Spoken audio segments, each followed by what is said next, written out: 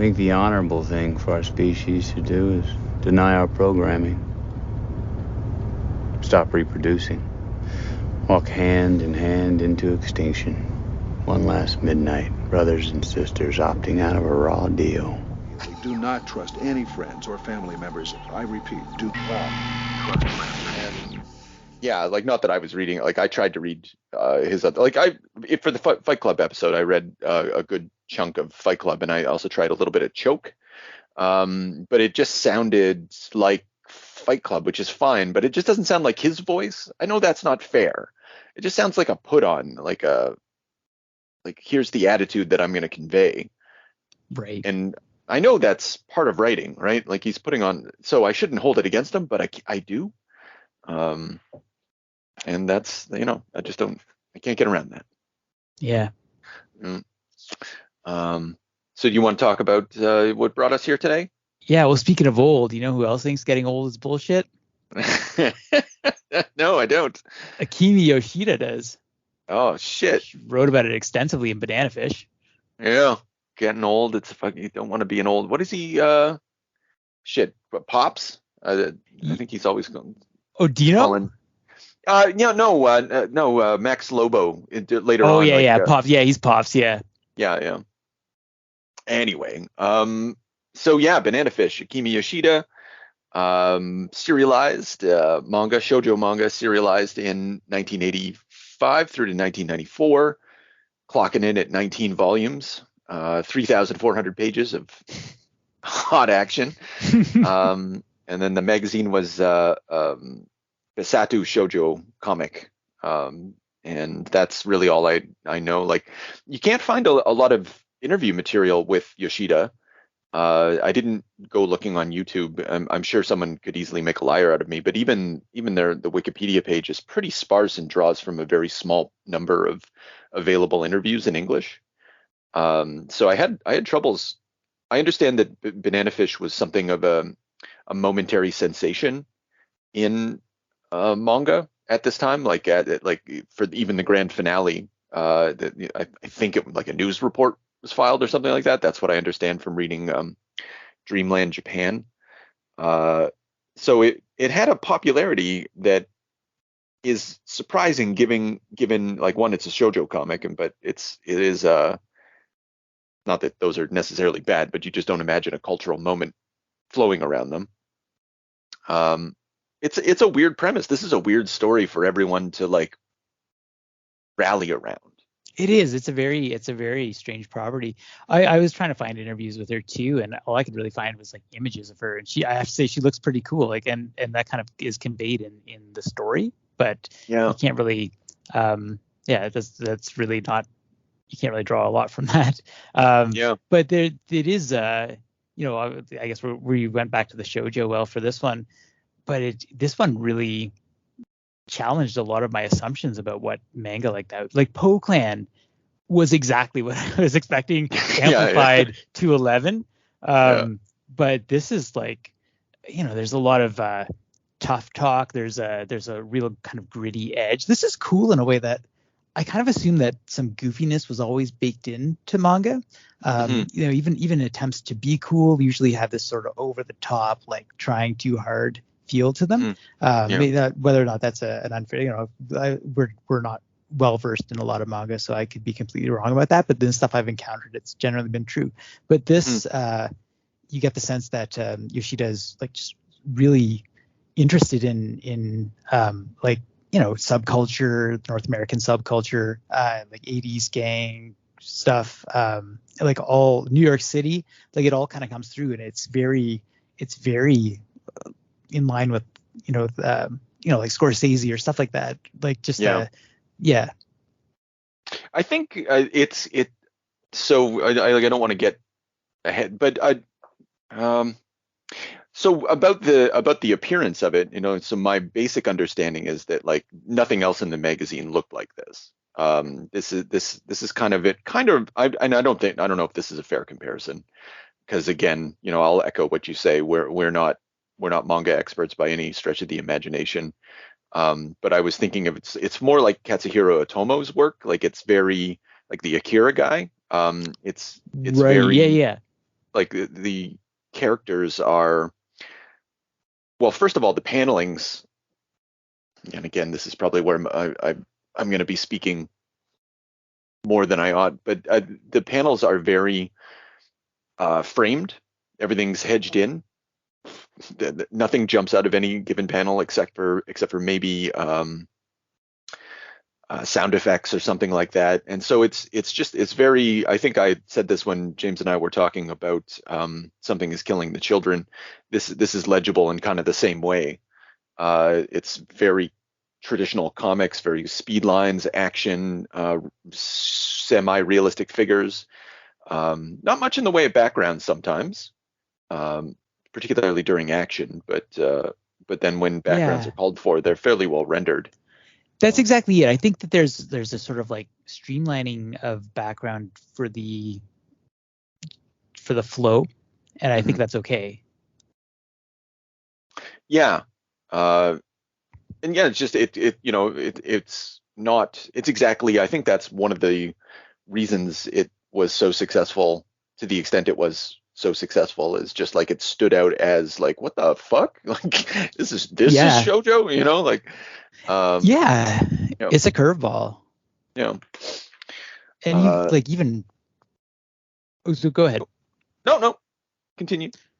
I was just gonna say, even from the very start, like it's starting in Vietnam, and you've got these soldiers just sitting there watching explosions going off, and they're just like talking shit about what's going on, and how shitty things are there, and you got your just they're trying to kill time reading Mad Magazine, smoking, and instantly you got this guy, Ash's brother Griff, just turns around with his rifle and starts firing on all these guys, and you don't know what the fuck's going on. It's like, it's really jumps off to a pace. They got to take this guy out, and he's just like, banana fish. I saw it. Yeah, it goes. And the moment when, like, because he shoots out the guy defending himself, Max, he shoots out Griff's legs,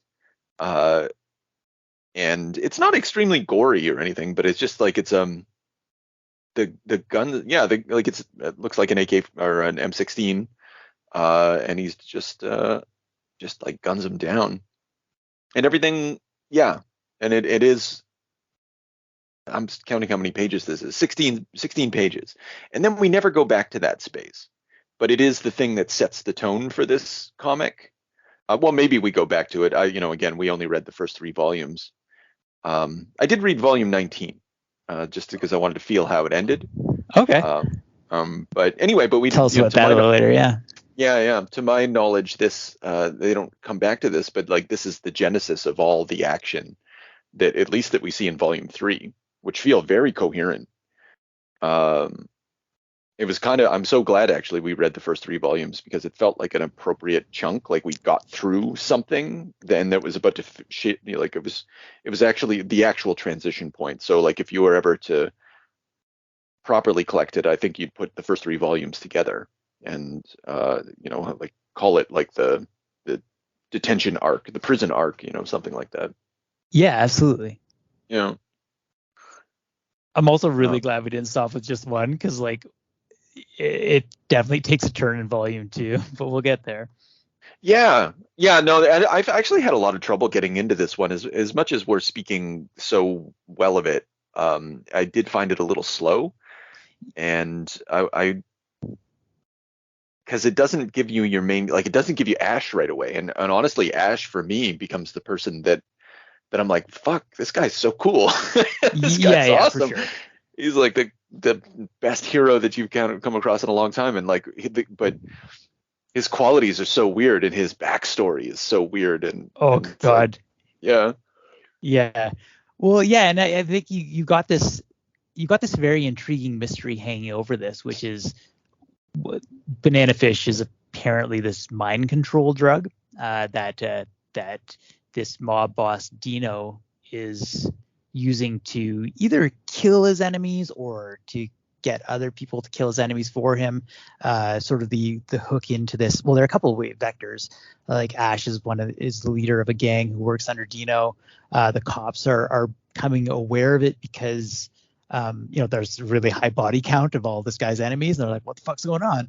And then you've got you've got this Lobo kind of investigating from a journalistic standpoint what happened to his friend in Nam, which, spoiler, big surprise, this attack was motivated probably by this drug as well. Although we don't really know that because we only, it doesn't really explain anything through the first 3 volumes, but it's pretty clearly going that way. Yeah, no, I think so. At first I was a little confused, but it actually very quickly starts to explain give you all the information about banana fish that you need. And the mystery then becomes like, who's making it? Why does everybody want it so much? Because you don't get the sense that it's a mind control thing at first, but you very quickly learn it's some sort of like high powered hallucinogen that makes you kill yourself. And it kind of fades into the background. It kind of becomes a MacGuffin that people, because I forget how Ash ends up with a sample of the stuff. Well, he runs into this guy in the alley who just hands it to him. Right. Yeah. Okay. Yeah. So he just gets this, and then this thing, and everybody's chasing after it, and the action is maintained and propagates just because of this thing, and it doesn't feel that way though. Like it's a good engine for 19 volumes of this stuff. It seems. I mean, I don't know when the drug thing, it gets a little. Reading the cast of characters at the beginning of volume 19, I was like, what the fuck? I believe this. When did these people get added? Okay, this became a little. Awesome. Yeah. I'm going to jump ahead and I'm going to do that exercise after the show. Yeah. I like the that idea of the mind control drug. I think gave me some Invisibles hope. Right. And so it was kind of like when you proposed this, I was like, yeah, let's check this out. And I was hoping that would play more into these stories, and it really does kind of hang in the background as sort of like a slow burn. But it is. I was very intrigued from the start when after the Vietnam thing, your first image is this guy. He's just like a gory wreck slumped under the painting of the Scream, and it's just a cool image. He slit his own throat. Yeah. And the cops are like, say you're hardcore enough to slit your own throat. Like, this guy also had a bodyguard, so what was that guy doing? And they kind of realized that no, the guy who killed himself actually first snuck up on his bodyguard, killed him, then cut his own throat. And they're like, how is this possible? Yeah. So then they're just like, it's Charlie and Jenkins is the two fellas. Yeah, they're 2 cops. Yeah. Which brings us to another point in this. This being shoujo, everybody loves Ash, who's like this young. I saw that she had based him, or I think eventually starts drawing him based on oh my god, I'm blanking. Not Kiefer Sutherland. River Phoenix. Thank you. Jeez. Yeah. Starts taking that on. So he's very much that sort of young, disaffected, cool youth. And everyone lusts after this kid, except for the cops. So it's like it's not like everyone's queer in this, but the straightness is coded as square for sure. Yeah, that's a good point. I mean, in a world there are no women in this comic, except for Ash's mom later on shows up, or like stepmom. Well, and there's Shorter's Shorter's this Chinese gang member, but he has a sister, but she's totally androgynous, and to the point where even the characters are like, huh, boy, girl, so it's like that's sort of like a token nod to it. Yeah, it's a weird balancing act outside of this context. So Ash is immediately portrayed as this really cool, and I mean like smooth demeanor, not smart aleck, but he's definitely he doesn't take any shit, and he's I don't know, 17, 18, something like that, but he's mouthing off to the big mob boss. He's somehow, even though he's 17, a big deal. Mostly because the mob boss, and here's the balancing act that's difficult. The mob boss, like basically has been sexually molesting him in the past, and taking pictures of him. And Ash has been like violently sexually assaulted as a youth, and it doesn't like normally when you would hear that about like imagine that happened to Wolverine. How cool is Wolverine after that? Right. And that that's kind of a but yeah, you would think it couldn't be done, but like you don't really like because Ash doesn't care, you end up not caring. For him, it was just like he's got this real like properly stoic mentality.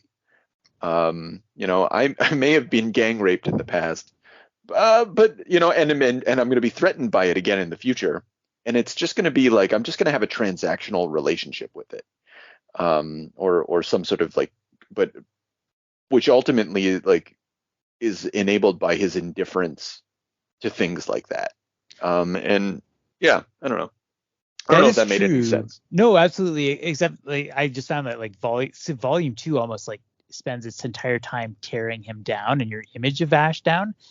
Right. And to the point of like volume 3 just kind of builds it all back up again. But it is a weird journey and a very uncomfortable journey. I did not like volume 2. Right. Yeah.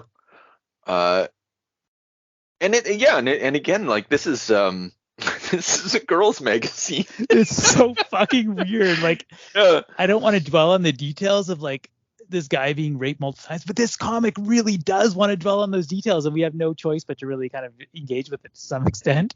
Yeah. If we like Papa Dino, like this guy, he's like this like bald, like mustached mobster. He's always in a dressing gown. It's so weird. And even from the start, you're kind of like, this guy's got. I'm getting some vibes from this guy. I'm not sure. Having gone through the Poke Land, I'm like, probably something's going on here. But yeah, it's just he's constantly hitting on Ash. He's got his hand on him. Finally find a girlfriend. Yeah. Don't forget me, Ash. You know I love you, sweetheart. And he's like holding him, and you're like, oh. He's so creepy. Yeah. And yeah, Ash just rolls with it, because it's what I wanted to. I will jump ahead to the volume 19, but only because it includes a prequel. Okay. And it's called Angel Eyes, and it was from 1994, and it's how Shorter meets Ash in prison for the first time. Okay. And by then, I'll say, but by 19, the art style in this comic has changed drastically. It's not going back to shoujo, but it's like it embraces more shoujo, I think. Okay. And the figures are much more beautiful, and the Angel Eyes story is just about how Ash is just the most beautiful fucking creature in juvenile detention. Oh, this makes sense. Yeah. Or like in prison or whatever, and it's like how he met Shorter, and it's just like it's dozens and dozens of pages of just like Ash like thinking about how beautiful, not Ash, Shorter thinking about how beautiful Ash is. Right. And it but again comes off really well because Ash kicks a bunch of people's asses, and you're like, of course he's going to, because he's Ash. He's just like he's the best 17-year-old ever. So, but what's missing here is this, like early on.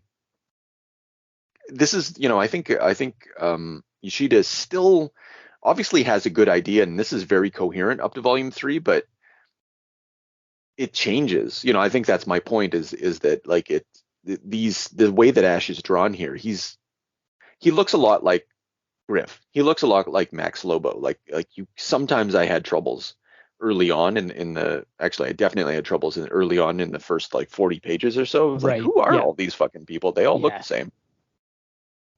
And over time, like a differentiation occurred, and it seems to me like a transformation occurred, like even of the story, but still a continuation, and it seems to enter into like a high romanticism. But yeah, anyway, but sorry, I'm getting ahead, obviously, but It's just such a strong contrast for me, having just read it like an hour ago.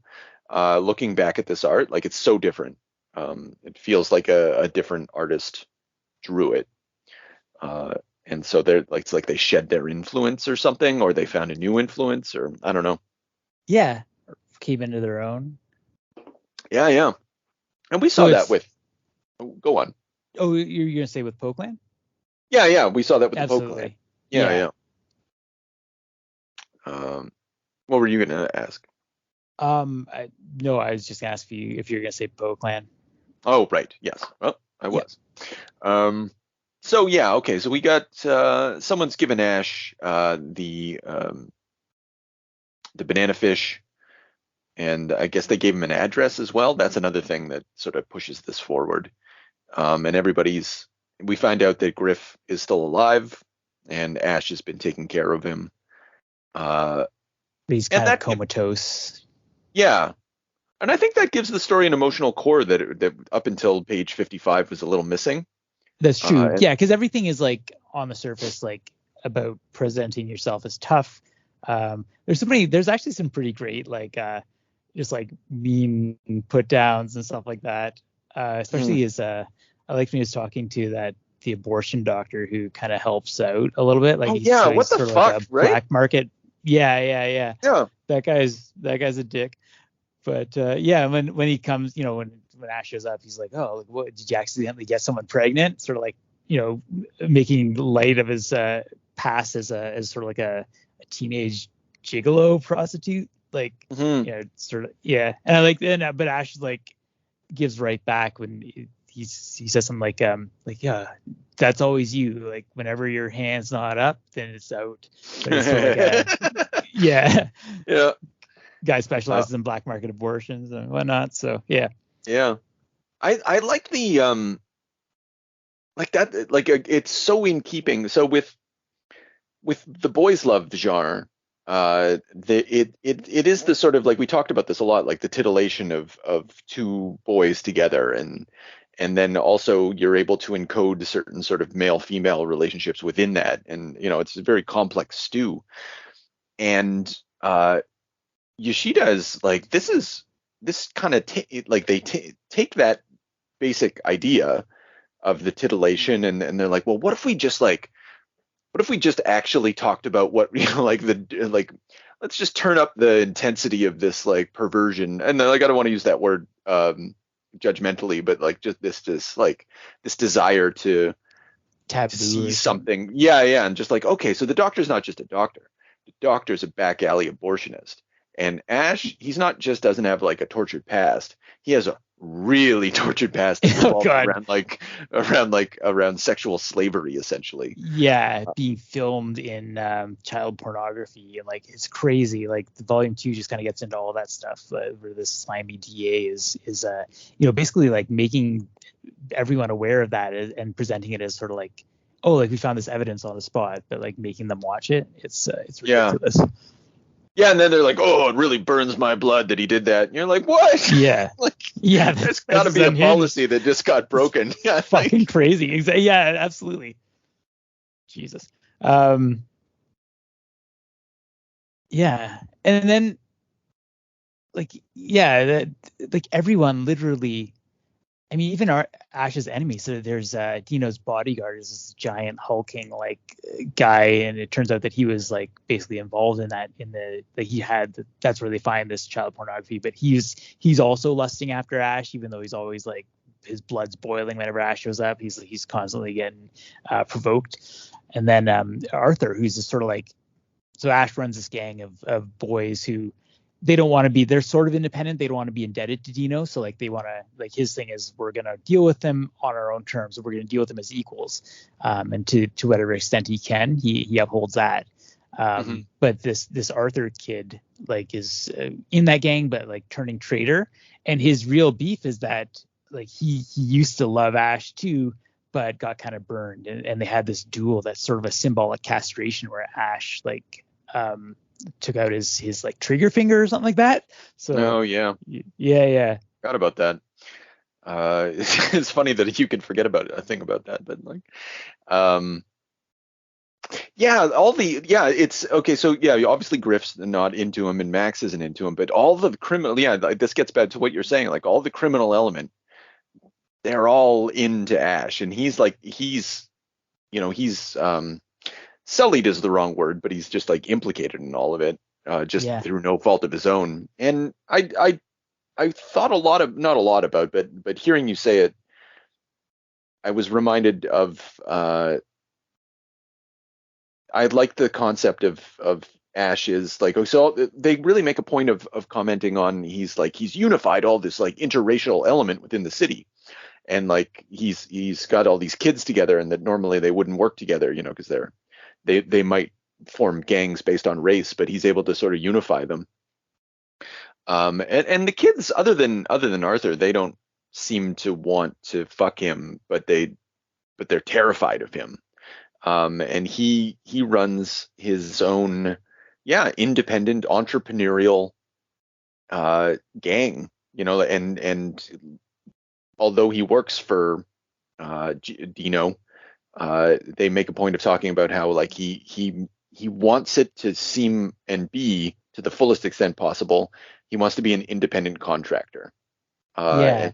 And so there's like an entrepreneurial thing here, and he's finding his like his own, and it adds to the, although it's completely ridiculous, it just adds to the kind of coolness of the character, because like he's constantly seeking, despite all the stuff that's happened to him, he's always seeking and successfully getting an autonomy, and integrity to himself, that he owns. And like you said, like the way that he kind of like lets things roll off him, even that like Dino's ongoing attraction is sort of played as sort of like a, it's used in order to gain some autonomy, and he presses it to whatever advantage it can get him, but in this way that's like really fuck you as well. Like he's constantly back talking, and he just knows that Dino's not going to move on him, or until at least until a banana fish gets involved.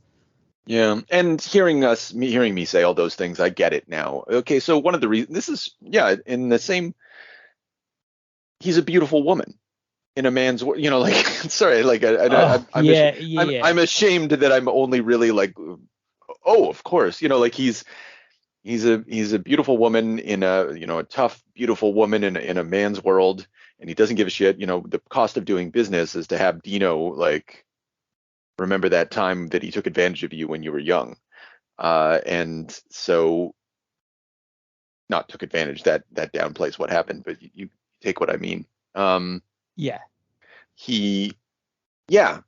so there's the girl identification, right? Same with I'm reminded with Junji Ito's what did we read for Christmas? What was that fucking one called? Rumita. Yeah. It's the same thing where you're just like, what is this doing in a girls magazine? And then like you talk about it for a couple of seconds and you're like, shit, of course it's in a girls magazine. That's a good point. It really is a weird balancing act, and I think like it's a very strange thing that happens, because they're going for this boy love thing, but at least for the first 3 volumes at the very least, a lot of the queer elements get folded in with like the criminal element, and so it's coded in this way that like it's just exploitative, like all these people chasing after Ash, and it's all like there are so many creeps are after him, and it's a very strange balancing act. Of course, what kind of turns that around is we have not mentioned yet, E.G. is this like how did he get like how did he get there, right? So his dad or uncle or whatever like is friends with Lobo, and he's been invited to come and tour with the New York City police or something, or just kind of like see what goes on in the everyday. I think that, well, they're journalists. He's a photojournalist, so he's a photojournalist. That's right. Okay. Yeah. So he's just there to take pictures, and it's good enough reason, right? Yeah. Actually, and it's kind of what I gathered from the interviews is that Yoshida traveled often to New York, and so there's kind of I don't want to say there's an autobiographical element, but like the kind of stand-in element. Yeah. That's interesting because there is a really neat, like it's like a fish out of water thing, but it's like a Japanese creator telling a fish out of water story about Japanese in New York, and yeah, as if with the American side being the sort of expectation. It's just I don't know. It's neat to think about that sort of act going on. Yeah. Yeah. So EG's like this like former track star pole vaulter Oh yeah, who's what like the fuck? hurt himself and like is kind of like in between things, I guess. But Yeah. He's real game to just kind of like he's I guess really keen about this experience. I guess that'd be a really cool trip to take when you're like 19, come to America with your uncle, and so they just kind of insert him as a like a sort of stand-in for this gang, like sort of like they're using him as an undercover agent. It's so strange. Oh, when did they start using him? So, oh, I see. They're talking to the cops early on. They're talking to one of the cops, like Jenkins, or who they talk. Yeah. Oh I yeah, could be okay. wrong. Maybe it's just sort of an accident that it happens this way. Like they're giving them the rundown on the, like these kids, like they have this code of honor, like they think of themselves as better. And I guess this sort of like sells them on how cool this gang life is. Yeah. He wants to get in there and like just check out this Ash kid, which admittedly, like that's serious. Like this guy's like okay. So you said Scorsese, and that's fine. And I had kind of like a Warriors vibe. The Warriors for sure. I thought about that too for sure. Yeah. Yeah.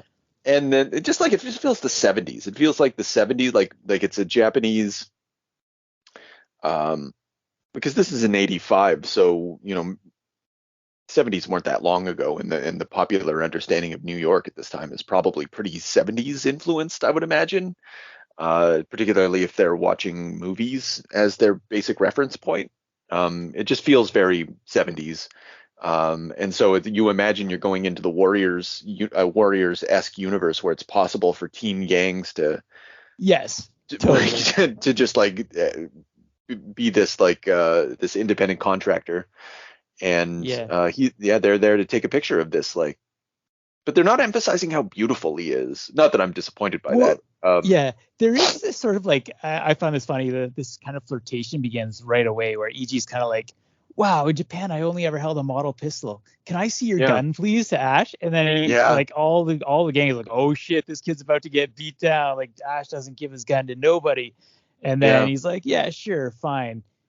And Ash's gun obviously is a symbol of his toughness. Like he's just defined as this old school duelist. He doesn't use an automatic weapon, so it's this sort of like warrior code thing. But the cigar is not just a cigar in this case. Yeah, I think so. And later on he lets him fire it.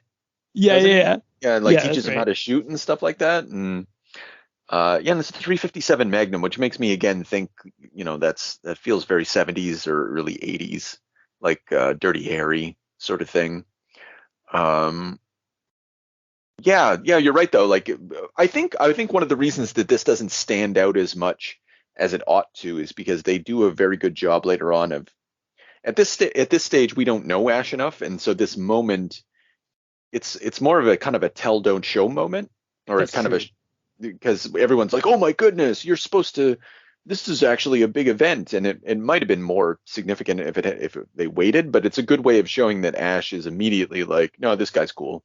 I'm into this guy, like that. There's a bond of trust between us immediately, which is coded sexually right off the bat. Yeah, definitely. And then it gets like and then we see what Arthur's up to, and he's working with Marvin, and so the two basically, we're gonna take over the thing and I'm gonna rape Ash, and that's the deal, and you're like, oh god, that is the deal. Yeah.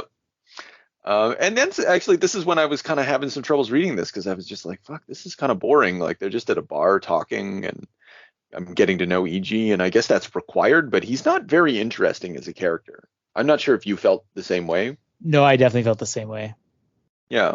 So anytime he had any so it's good that later on he gets kind of damseled, And then you're like, oh, good. I don't really have to fucking worry about that guy. I just get to watch Ash try and save him. Those guys bust in, and fucking Ash just like crack. Just like he loves to jump kick people. Give him an opportunity. Like he'll wade right into that and just kick you right in your face. The action's really good. Like the just the pacing of it, the sort of like the moments that she picks. Yeah, again, like not something I would have expected going into a shoujo comic. Yeah. You know, one of my favorite, and I feel that I must have seen this, and I know it's it's another situation where what I'm about to describe is not amazing, but it's handled so perfectly. Like when Ash pulls out the gun, and it's 4 panels. One click, second panel, big, huge, boom. Now the energy is all going back, and it's just like you feel the power of it, and then his shirt's blowing back. Yeah, and the result, however, is just like a shattered mirror, and it's like, and you're like, fuck, like that's so cool. I don't think that I've actually seen that before, and yeah, I like just that technique of displaying like the firing of a gun, because usually it's so nonchalant. You fire a gun in a comic or in a movie, like, oh, who cares? Like, it's just part of the action. But here, it's really like this is a moment of like a real destructive moment, and then of course, like the bullet hits perfectly and blows some guy's brains out, and unfortunately. It doesn't quite show that, like the horror that could have been conveyed there. And I guess because again, girls comic, but anyway, I was really impressed, and I think this would, like, I had a couple good things to say about this, but when I hit this action page, I was like, oh wow, okay, so I get it. I definitely have to keep going.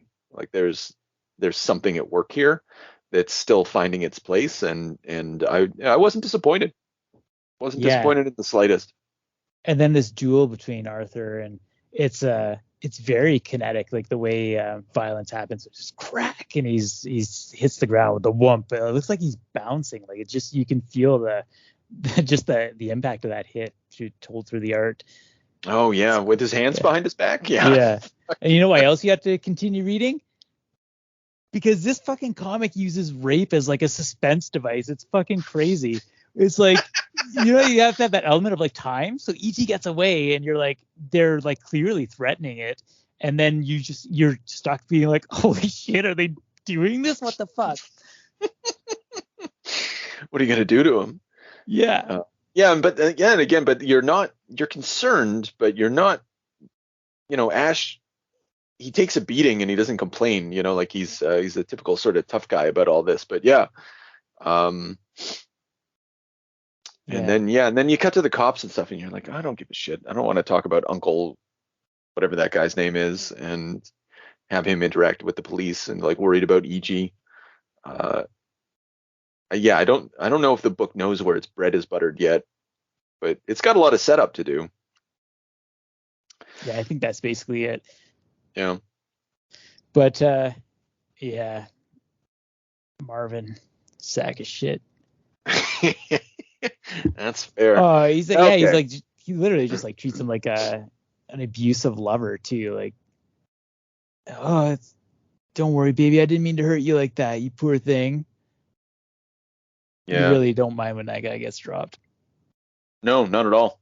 Oh yeah, and the black kid gets shot along the way.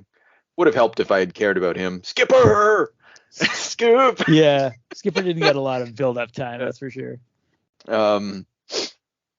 Yeah, but then we get a car chase or whatever. Yeah, it just gets like, just thing to thing to thing. Like you don't at a certain point you use the word kineticism, and it definitely uses that to just keep the narrative going, and then there'll be quiet bits that you can put in between.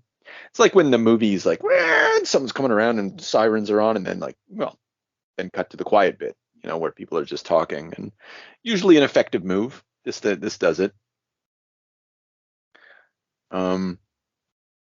Yeah, and he gets framed for murder or whatever, and then he's off to prison pretty soon. Oh yeah. That's when we get the backstory. Yeah, and I guess like when you're creating this world where everyone is attracted to your main character, like putting them in prison is sort of a step where you can make that make sense. Yeah, Like, none of this other stuff makes sense. Yeah, I suppose no, not really. Yeah, and like unless it kind of like it makes sense like sort of symbolically. It makes sense like within the universe where like nothing else happened, like nothing else exists in this story. There I don't it's not necessarily a problem, but and I'm not sure if it's a failure of the story, but I don't feel that there's an actual there is a world here, but it's a world populated by 13 people. And I don't get the sense that like anything else in the world has any bearing or like not that I need this to be a novel. And I it might even be a problem if it were, but it's very small. And so as a consequence, all this stuff can make sense. But if you put more into it, like people might start to notice how fucked up everything is here. Because yeah, everyone seems to roll with it pretty well. Ever heard of kitty porn? Oh, that? You're like, okay, you should be really like, I guess maybe as a cop you've seen it all, right?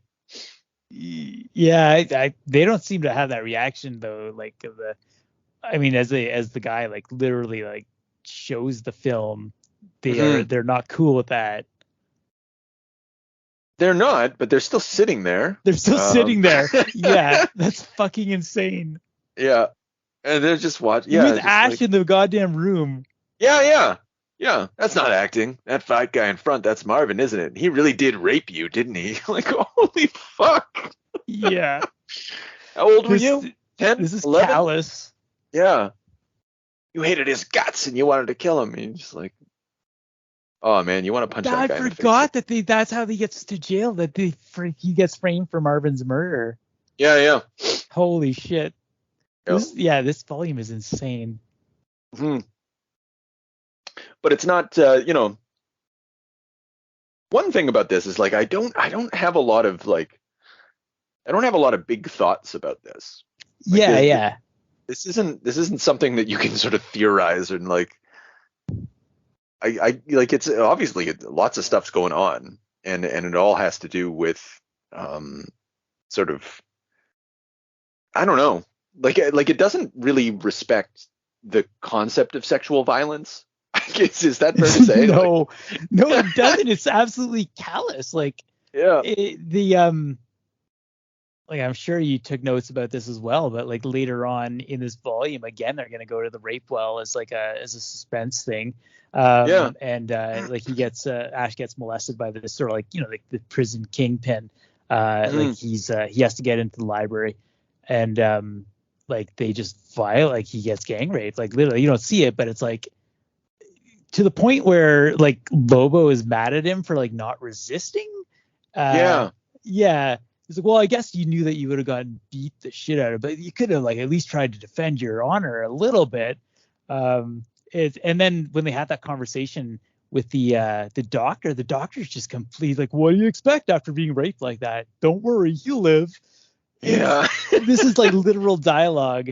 And then he goes on to make a joke. Hey, look on the bright side. At least you won't get pregnant. That's the fucking doctor. It's crazy. Yeah. And what's extra crazy about it is that this is all part of Ash's master plan to get a letter out to E.G. That's right. like he's just like, okay, I got to get to the infirmary. What do I do? All right, get gang raped. That's like Ocean's 11. Yeah. And again, he would have suffered extreme physical damage. Like there's no, it's like it didn't actually affect him because it didn't affect his emotions, but like his ass is torn to shreds. like he's really hurt. Like he just got raped by a bunch of men, and that's a big deal, and like, no, not at all. That's a problem. I don't need him to like cry in a corner or anything like that, and I don't need him to walk like bow-legged. It's an interesting choice, just like it's It's the choice that you would expect something in like a bonkers 17-year-old shoujo. Like this is just these girls, and they're just like, ooh, hee, hee, hee, like, Right. yeah. Yeah. Mm. Yeah, this is a girls comic. Yeah. Holy shit. So I'm not equipped to understand how this can be a thing. yeah, Or what the appeal is. How did this survive 2 volumes? that's a good question. Like, how did it? Because I get how it survived as a whole, and again, I keep alluding to the end, but like this thing ends really well. Very, like, even having only read volume 3, like very emotionally pitch perfect. Okay. I was like, oh, that's so lovely, and so I can see, or so appropriate for everything that we've sort of seen. And so I get how it could become kind of a sensation eventually, but like these early things, like who's letting this happen? I guess it's just because it's so fucking wild. Like I don't imagine anything else in the magazine does this. I would love to find out, like if there's equally sort of callous depictions of sexual or like evocations of sexual violence in these comics, and it's just like this toxic cesspool of cutesy girly comics, and this one just managed to just like man up, so to speak. That would be interesting. Yeah. There's a paper in that, let's say. Yeah, but they're probably not. Yeah. But, yeah. Although, yeah, makes me wish I knew Japanese. Absolutely. That is never going to happen. Yeah. I guess now, the one sort of big moment we have to, I guess, sort of the light in the darkness of this is that Ash brings his first kiss on Iji in his grand plan. Yeah. Just to like pass him a note. To pass him a note. Yeah, exactly. Yeah. It's sort of like this completely like, because Iji's like totally naive and completely taken off guard by this. And yeah, like he's stolen this capsule, like, and put this note inside of it and like passes it off that way. Mm-hmm. And it's like, get help. Basically, the note's like, get help. help, Griff. Yeah. Well, because he's like, yeah, check in on my brother or whatever. And like but again, it's even this is instrumental in it. Like Ash and Iji, they're not romantic, like Iji doesn't lust after Ash, but there's a connection, like there's a devotion and like a sort of a pure devotion and a willingness to sacrifice themselves almost immediately. Yeah. And that's definitely like sort of the bigger, like if this has a theme to it, like it's very much like the adult world is corrupt. And this kind of goes back to that idea of the banana fish is an allusion to that J.D. Salinger story that's described in the first volume. And I tried to look this up a little. Yeah, but it's basically this guy who was a veteran of the war, is released from a psychiatric ward, goes to the beach with his wife, and this like little girl comes up to him and he tells her the story about, like, oh, you should go searching for these banana fish. They're like fish that get they like to eat bananas and they get so fat that they swim into these holes and they can't get out again. I guess sort of this metaphor for like adult life. I don't know. But after this, he goes home and like shoots himself next to his wife. So there's a scene that there's this theme of the hypocritical like adult world versus the innocence of children. Salinger's always bunch of phonies. Exactly. Yes, yeah. That's Salinger's thing. Which he said that like he like literally was a soldier in the war and like saw the truth of Nazi concentration camps and just couldn't go back to a world where people just pretending that was exactly that didn't happen. Yeah. I didn't know that. That. So all that's folded into this for sure. Yeah. And it's kind of like the kid's really into Hemingway. That's right. Yeah, that's a good line. Yeah. Again, I think maybe if we were reading The Invisibles or whatever, I would have like, time for a deep dive, but I was like, you know what? If you're not going to take this seriously, I'm not going to take this seriously. That's fair. Yeah, it's sort of a throwaway. It's sort of like just like a tough guy line anyway, like, oh, like, thanks for telling me that. I'm more into Hemingway, a short happy life, and it's sort of like just it's just a cool thing to say. Yeah. But it comes up again later in the prequel thing. Ash is just like his only book that he has early on is just Hemingway, and Shorter's like, you really like that? And he's like, not really, like, yeah. Uh, and yeah, but I guess that's like that makes sense though. I think there's something so the Salinger thing is there's an encoding in the way that you were talking about, like an illusion or parallel. And in the Hemingway kind of as well, because like that simple, unadorned language, that manliness. Yeah. You could see the Ash kind of glomming onto that, and I wonder maybe if there's a little bit more in there, but I'm not gonna go look. You No, and it's a can't pretty do. standard. Yeah, It's a pretty standard message for this sort of thing too. Like, don't trust adults. Like youth feel more passionately or purely, or that's all kind of encoded into this. yeah, Especially as we get into volume 3, which yeah. is sort of like where Ash and Ichi kind of separate and like burn the cops and kind of go off on their own doing this sort of like vigilante thing. But I just want to say, like, if there is a point to this sort of tearing down of Ash in volume 2, maybe this is probably giving too much credit, but there is this sort of separation of manliness or masculinity and sexuality that takes place as Ash kind of like reclaims himself in because the guy who molested or organized the gang rape gets put in a cell with him, but Ash immediately just tools this guy, like throws a sheet over him, slams his head in the bars, and it's like shit. Yeah. nothing to fight. Yeah, beats the shit out of him. Walks out. Yeah. Lobo's like, holy shit, like, why'd you do that? Why didn't you do that earlier? These guys disrespect you. He's like, you think I give a shit if these guys disrespect me? Just like walks out total swagger, right? So like there's no, there's all this like prison culture, like, they'll treat you as a princess and that sort of thing. And to him, it's just like, it doesn't matter. Yeah, and I was kind of alluding to this earlier, like it really doesn't. Like, that's so, if you think about what would be required for that, that's so remarkable. Just to be like that basic concept, like society doesn't exist for me. I am this thing that stands alone. And so like I don't like it makes no difference to me. I will engage with others if it's transactional for me, if I can make use of them, if they allow me to achieve my ends. I'll even let them violate me, because ultimately it doesn't matter. My autonomy is inviolable on some fundamental level. Yeah. And that's and that's, you don't actually really get, you kind of get that sense a little bit. You feel like he's just kind of a tough guy early on, but this is like this is remarkable. I've never seen this. Superhuman, we might say.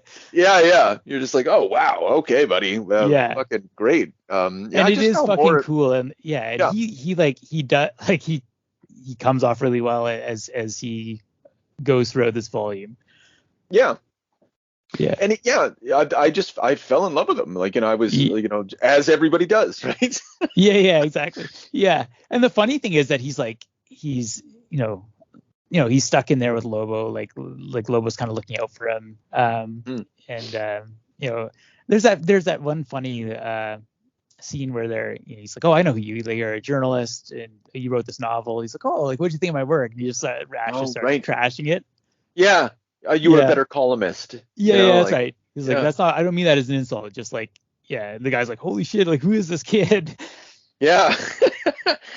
Yeah. And like Lobo's, the whole time he's just like, this kid, I'm so concerned about this kid. But at the same time, he's growing in admiration and like also then frightened. Yeah. Because he learns that, there's some sort of Vietnam connection where like Lobo was the guy that shot Griff, and yeah, and Ash is like, I'm going to kill you one day. Yeah. It's they have this sort of like, not even antagonistic. He's just like, yeah, okay, fine. You want to kill me? Well, I'm not going to help you anymore. Oh shit, I guess I have to help you. Like, you're just so cool. Yeah. It's funny, the thing that makes Ash, like, he just is kind of hanging out there until he finds out that Griff dies or is shot. And then he's like, I gotta get out of here, and just takes that opportunity to escape.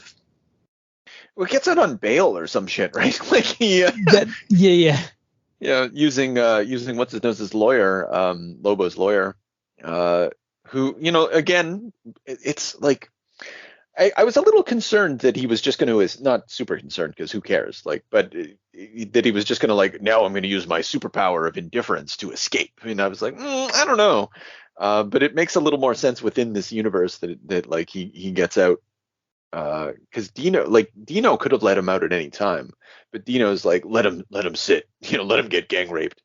Um, Yeah, and Dino sends another wave of thugs after him too, in fact.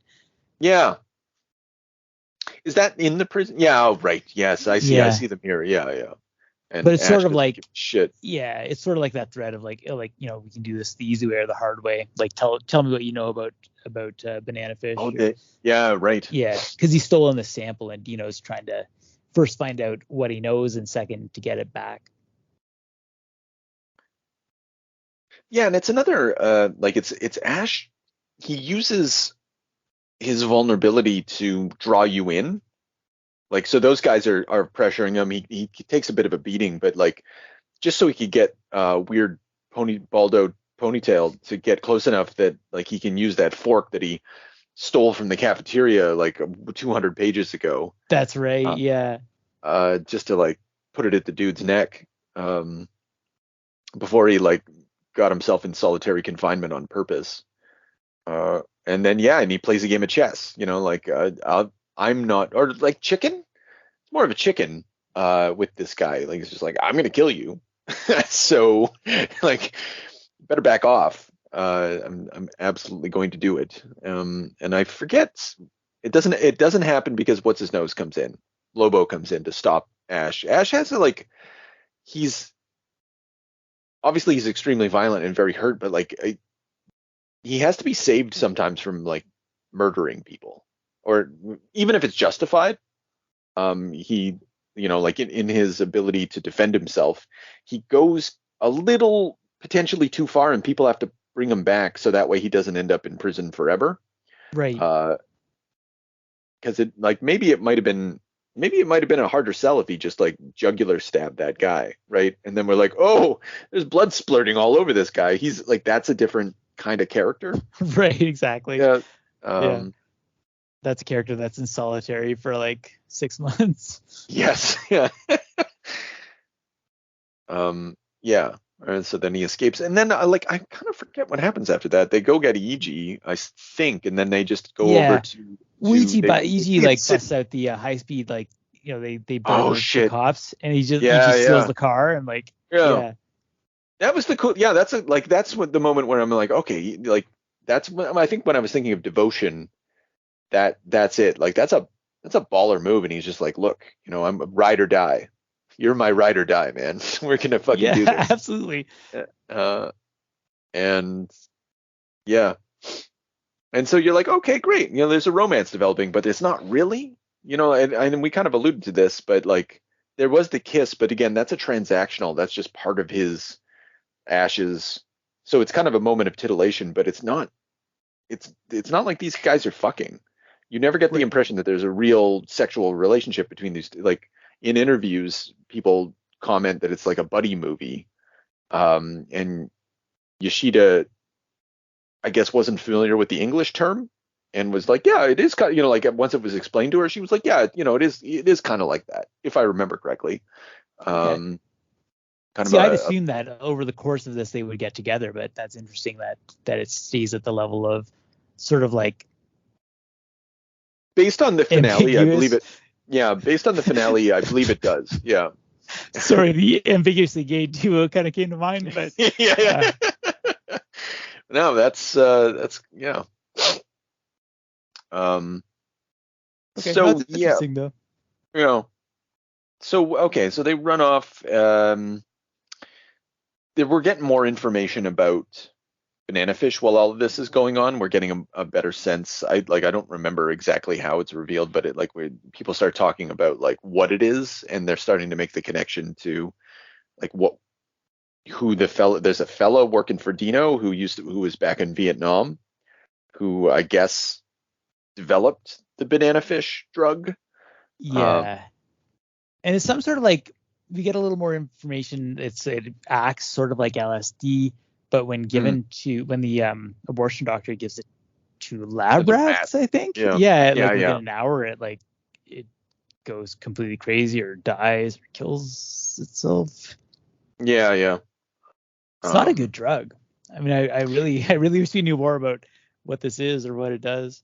So it's revealed to be like an MK Ultra kind of connection. Okay, that's cool. That makes sense. Yeah, yeah. So Dino wants to get a hold of it because, like, I think you already said this. Like, he wants to be able to control people's minds, because that's why it's so valuable. Because it's theoretically a mind control drug that, like, I guess in early trials also could drive people insane, but they've maybe refined it at a certain point. So, like, it's a powerful new technology. Again, MacGuffin.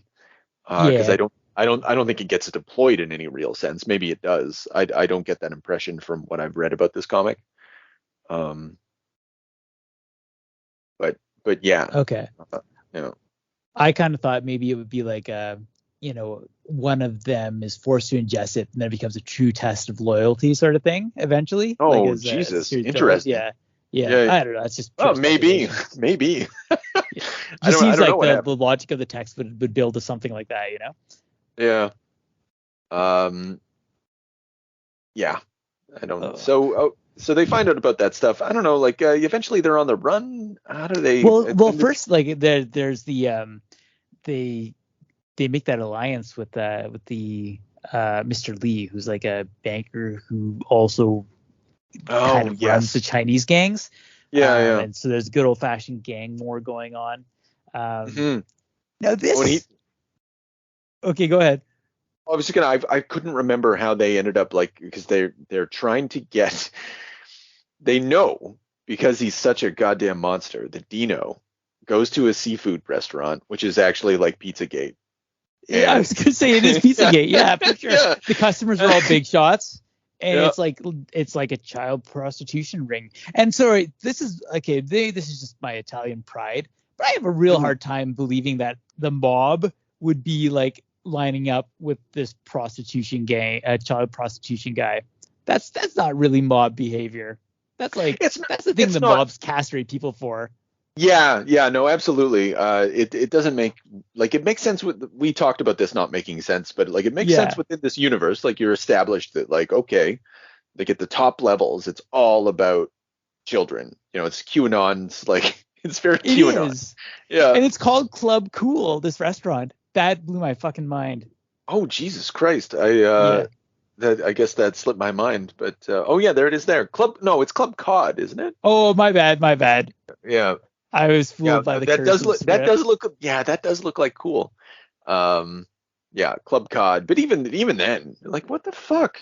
Um so they know that Dino's gonna get his kiddie porn on. So they're like, okay, we know when to strike, but we need to, like, a ruse. We need to be able to get in. So, like, that's why he works with the Chinese um gangster. But even then, Ash is like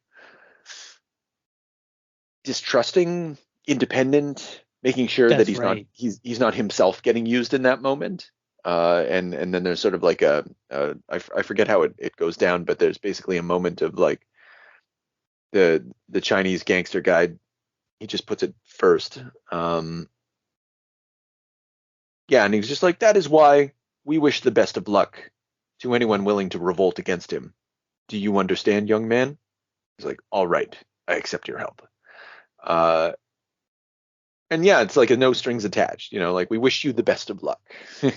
Like, we Right. don't want anything from you.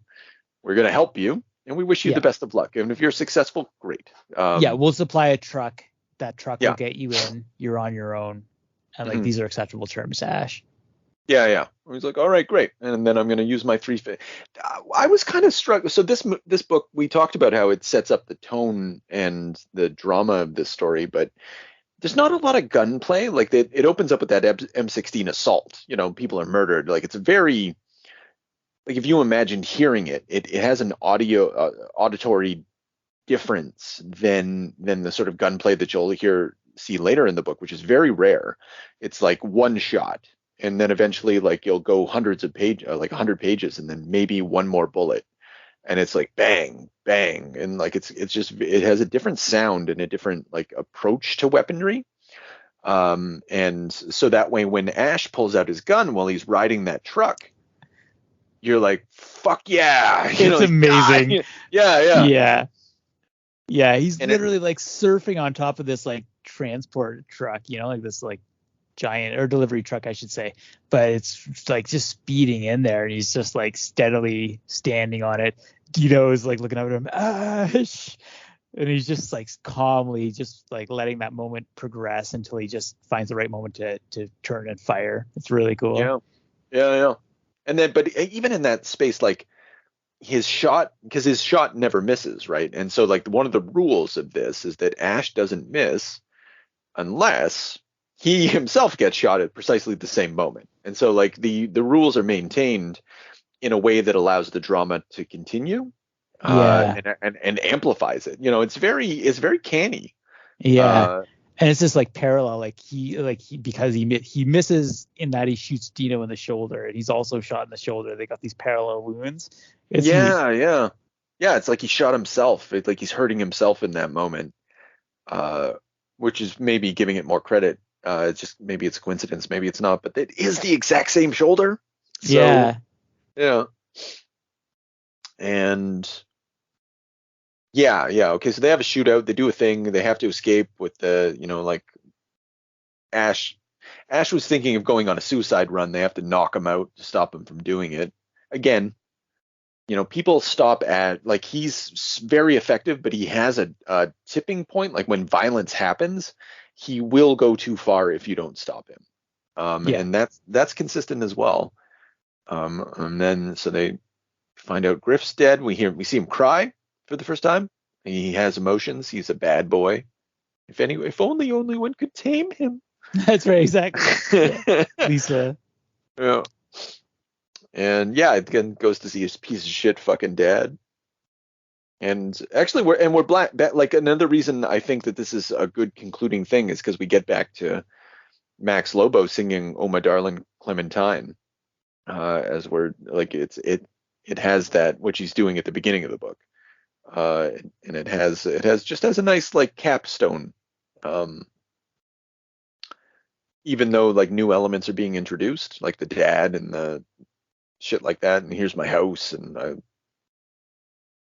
grew up what is it, outside New York, like far out 40 kilometers, something like that. They say roughly what it is, but I don't think they say what it is. Maybe I'm wrong about that. I can't remember if they do. It's like they have to get away from New York is basically it, because like now the heat's 300 miles from New York. I take it. Well, that's much further. Yeah, take that back. Is it like is it Cape Cod or something? I thought.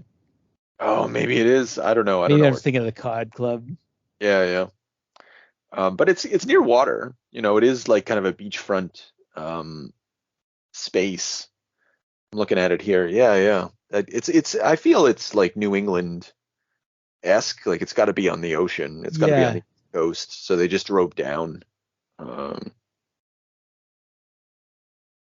Unless they drove up and they're in Canada, but that doesn't seem likely. Maybe Ash is Canadian. And Yoshida just had no idea. Anyway, and then so we get a little sense, and it just kind of ends off nicely. Oh yeah, this is another reason it's a nice little capstone, because like this is when he teaches E.G. how to shoot, and there's kind of here's how you use your cock. Right? Yeah. Oh, you missed. It's that classic, like, let me get my arms around you, and here, like, I'm steadying your hand, and there you go. Yeah. So and then shortly after it kind of the cliffhanger. Why are you pushing him out like this? He's your own son. Don't you love him? Yeah, that's such a weird, like, I mean, it's not. It just reminds you what you're reading again. Yeah. Girls comic. Yeah, it's like this emotional cliffhanger.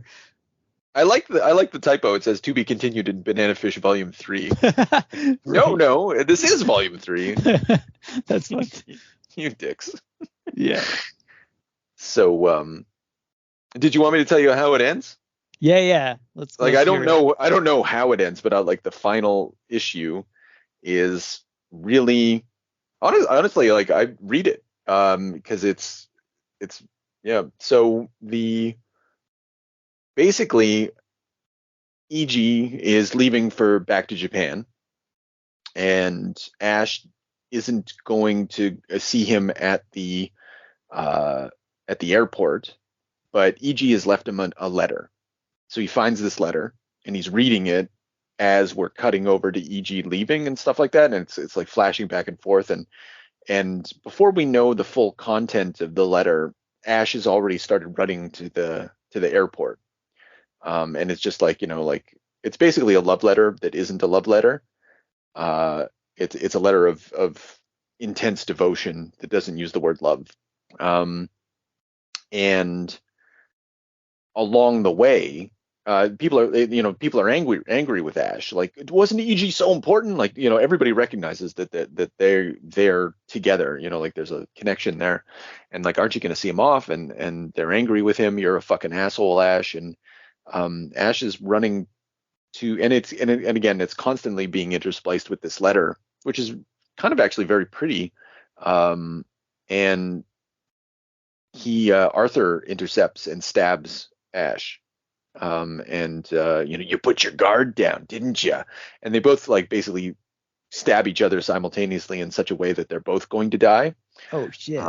And Ash goes to a library to finish reading EG's letter. Oh, nice. Yeah, and he just Yeah. sits, and he dies reading the letter, and like he's sort of smiling, and someone comes up, and like there's no sleeping in the library, and they're like, well, leave him be, he's having a good dream, and like he's sort of smiling to himself as a dead person, Wow. his head on the letter, and I was like, my goodness, like Yeah, that's that's intense. Holy shit. yeah, it's very lovely. It's like as an ending, I don't know, like I can't imagine reading the entire thing. It must have been just this crescendo. Like it must have been like reading Dickens, where like everybody's tears at the end. I was really impressed, and it made me. But the art style is very different, and like not recognize. I feel not recognizable. Like I was like, is this the same artist? Like did someone new come on? So yeah, changed quite a bit. But anyway, Yeah. spoilers. No, that's thanks for that, because I'd seen, as I was looking, for like around just trying to get a grasp on what the series was. We would see there seemed to be such a dedicated community to it, and a lot of a lot of people like really really loving it. And so that kind of explains some of that, like what people may have been excited for, particularly like I think the anime just got released like a few years ago, and I don't know if it's done yet, but a lot of people are really excited about that as well, so that explains a lot. Yeah, well, you know what else explains a lot? A character named Blanca. Here's his description: the powerful assassin who trained Ash and is currently under contract by Dino Golzine and Yut Lung. Yut Lung, a powerful yet troubled assassin from the Lee family. He specializes in poisons. Who else is a new addition here? Colonel Fox with 2 X's. Somewhat mysterious. Ex-soldier employed by Golzine to capture Ash and his crew. So like it just turns into fucking Metal Gear at a certain point. And, totally. Oh, that's amazing. Yeah. So I'm gonna have to dip in. That should have been the end. Yeah. So nice ending. The reason we read this or that I suggested is because of Eric. Hi, Eric. Who had really enjoyed listening to us talk about Poclan. They dropped it, and then I looked at the art and I was like, I'd like us to look at that, and I'm not disappointed that we did. I can't imagine that that we would have pursued it otherwise. Like it wasn't on my radar as something to approach, but I mean, like there's so much manga, so fuck you do. Yeah. Well, we just keep going at it. Are we gonna guilty or innocent this, or is it Oh yeah. I don't do that. I kind of dropped that with James a little bit because I find he Okay. feels blindsided with guilty or innocent. Hi, That's hi, fine. James. But yeah, guilty. Yeah, banana fish, guilty or innocent. I'll throw it over to you first. Oh man, actually, why did I raise this up? Okay, yeah, banana fish is. I'm gonna say I liked it, but I'm gonna say guilty of the bad touch for volume 2. Uh, Mm, yeah, that's how I. guilty. That's really yeah, that's how I feel about it. But again, like volume 3 really pulls it out of the fire, and I do wonder how the rest of it would progress. Yeah, it's definitely guilty of like surprise sex. Definitely does a lot of that. So yeah, I don't know, guilty or innocent. I'm gonna say like innocent because it's ultimately it's a beautiful platonic love story between just two bros who are just trying to like just remain pure in a world of utter corruption. And you can't really like you can't fault them for you can't fault the defendants in this instance for getting a little dirty in a world in which no one takes any showers. Oh, you That's kind of won me over there. uh, so yeah, banana fish. Check it out. And yeah, I don't know. I don't know what we'll do next, but do we have any? Did we not schedule any manga for October? Did that We have a act? slot open. We haven't really settled on anything yet. But Okay, I wasn't sure because we yeah, had I feel maybe the schedule's full, but I mean it's never full for me because I'm a crazed man. But all right, yeah, we'll figure. So until next time, more manga about something something. Tune in. Now, all we need is a little energon and a lot of luck.